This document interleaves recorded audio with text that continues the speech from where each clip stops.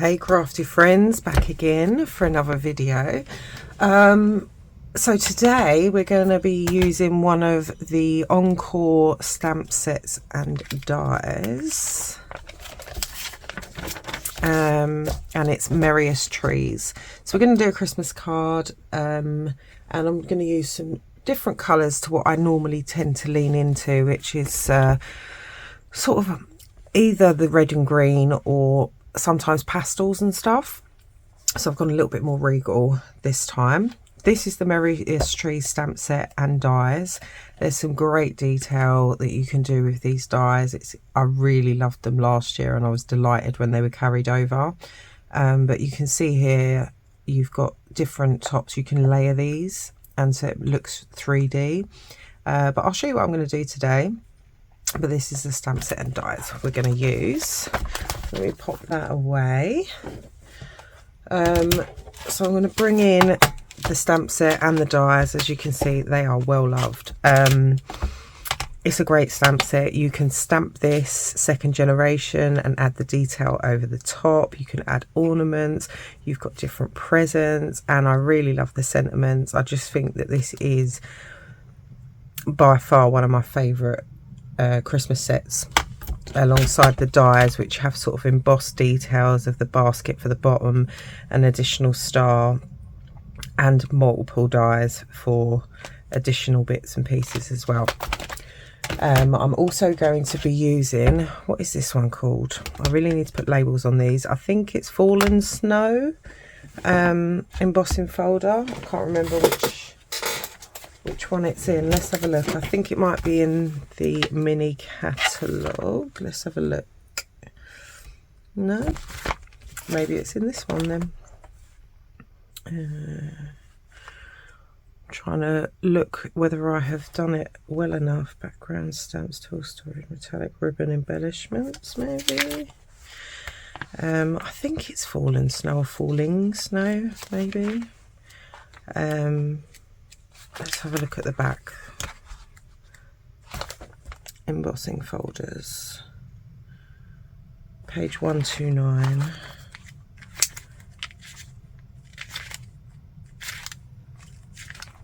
Ah, there we go. Right, so is it in any of these? Yeah, number 13, Snowflake Sky. Nothing like I thought it was called. So Snowflake Sky is the one that I'm using. And it's, I don't know how well you can see it from here. Let's see. But it's got larger flakes and smaller flakes sort of dispersed there and packed in there. So you can do it however you want. So we'll be using that one. Now I'll show you the card we're going to make. So this is the card. I think it's pretty subtle, but quite regal, and I liked the white and the basic beige and the Blackberry Bliss together. So let's get cracking.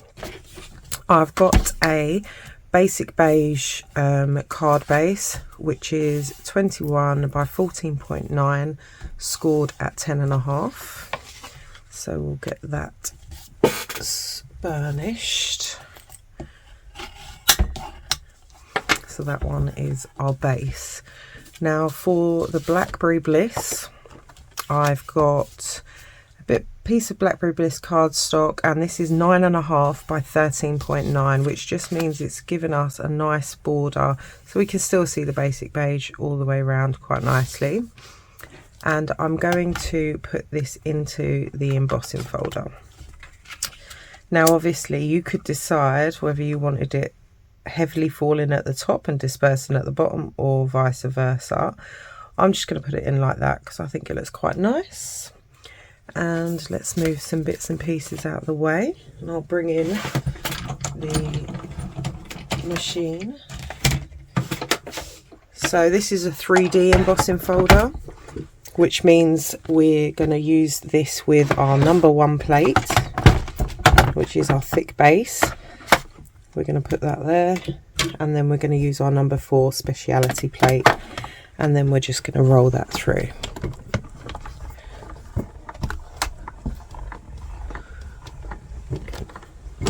And that's it. Okie dokie. So we can move that out of the way for a moment. And there's, I hope you can see, I just think that's beautiful. Really subtle, I think, but nice. So now I want, I'm looking for my blending brushes. This blending brush, and I'm going to get some Blackberry Bliss ink.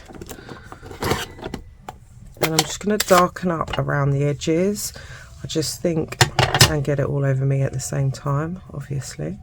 But I just think it sort of intensifies the background a little bit and makes the embossing pop. So you don't have to be very delicate with this because it's tone on tone and it's a dark colour. But I think it just makes it, the centre pop a little bit, and it does dry back lighter as you've seen in the finished card, but I think that that just gives it a little bit of oomph. So that was Blackberry Bliss ink on Blackberry Bliss cardstock. I'm just going to get some alcohol hand gel because otherwise I'm going to end up getting ink everywhere. So let's move this out of the way.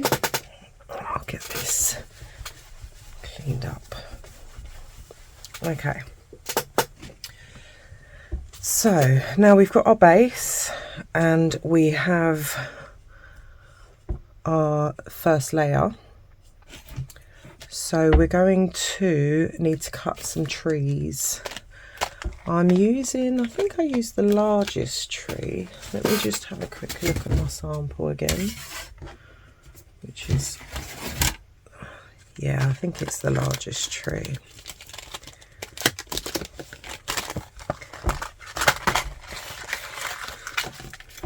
Let's have a look. Is it the largest one? Yeah. And as you can see, it comes with all different sizes, a label, and some strips for lights. I think I've used this set on a video before, I can't remember, but it is one of my faves. So we'll use the largest one. I already have a basic beige one cut somewhere, so I'm just going to cut myself a white one. So we'll use this. And oh, nice. And I'm just going to get some washi. Oh, I've got some here. And I'm going to run that through the machine now as well. I'll do that off camera to the side.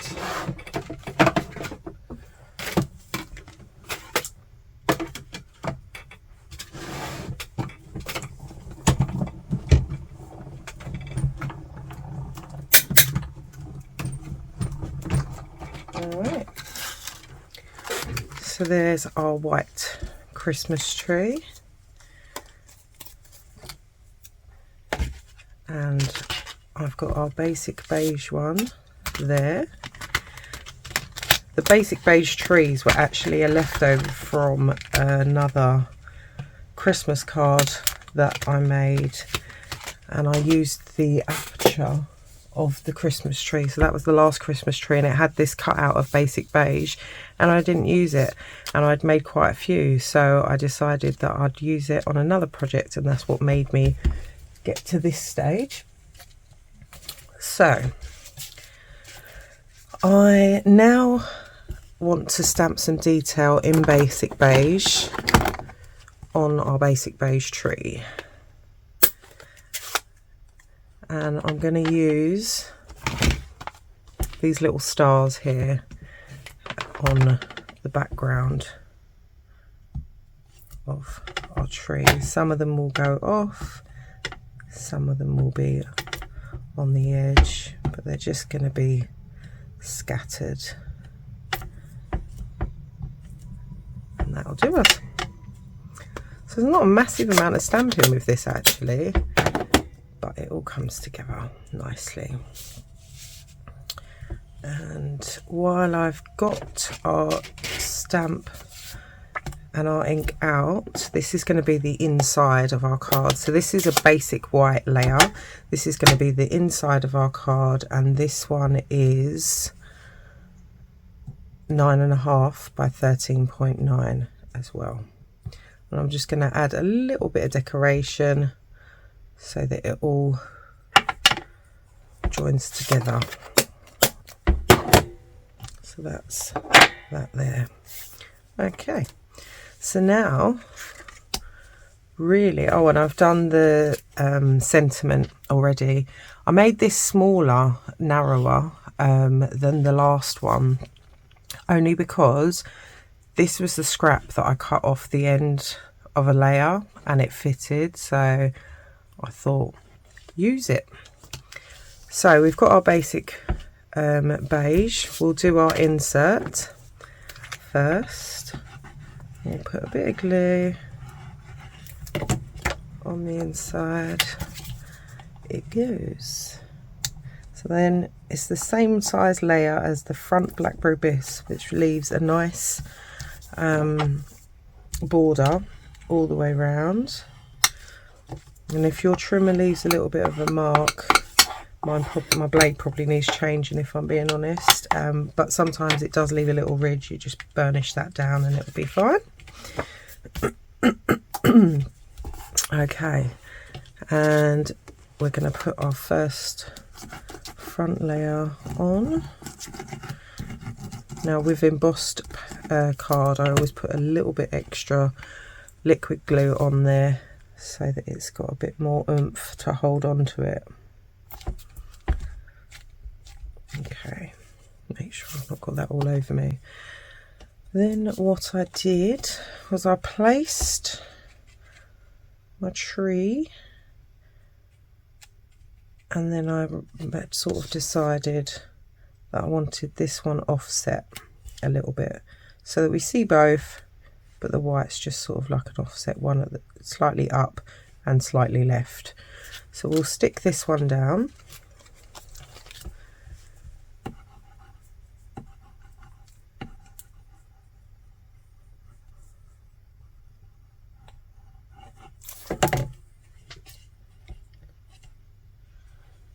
So it's slightly up and slightly left in comparison to the one we're going to put on next. And this is quite a flat card actually. The only Stampin' Dimensionals that I've used is on the sentiment itself. So this one is slightly right and slightly lower. Let's have a look. That'll do.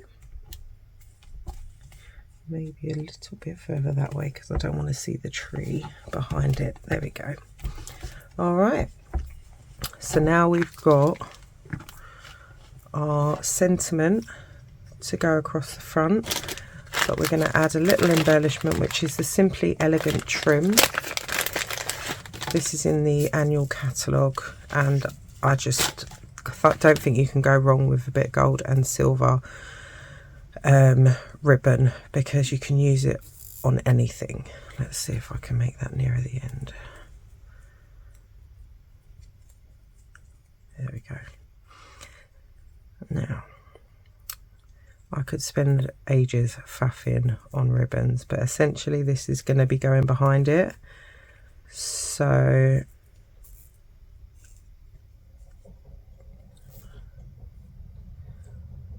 I just want the loops to be fairly large, and it doesn't have to be perfect. So that's that. And we're going to grab a glue dot and decide where we're going to put this. Alright. And it doesn't matter so much that it's even twisted, because it's going to be underneath the banner anyway. So if I decide where I want my banner to go, I'll put it roughly there, turn it slightly. Now the other one was a little shorter as well. If you have a look, it's a little bit shorter, and I think I quite liked that. so I might just trim off some of the end of it, you know. It doesn't have to be perfect, she says, and now thinks it is crooked, but we'll go with it. So I'm going to bring some Stampin' Dimensionals in, and I'm going to put them on either end, I think. So we'll put one there and one there.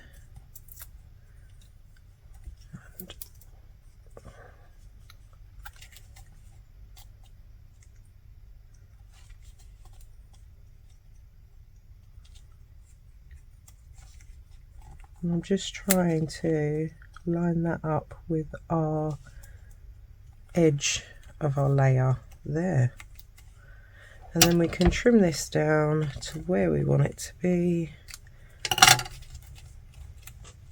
and there is our card for today. So I hope in your homes filled with the spirit of the season. Now I quite like it being thicker on this one, but I feel like using up the scraps was a great idea, so I'm happy with that. I don't feel like it needs any additional embellishments like gems or anything like that, because I feel like there's enough going on there. And yeah, you could add another sentiment on the inside if you'd like, but there's our card for today.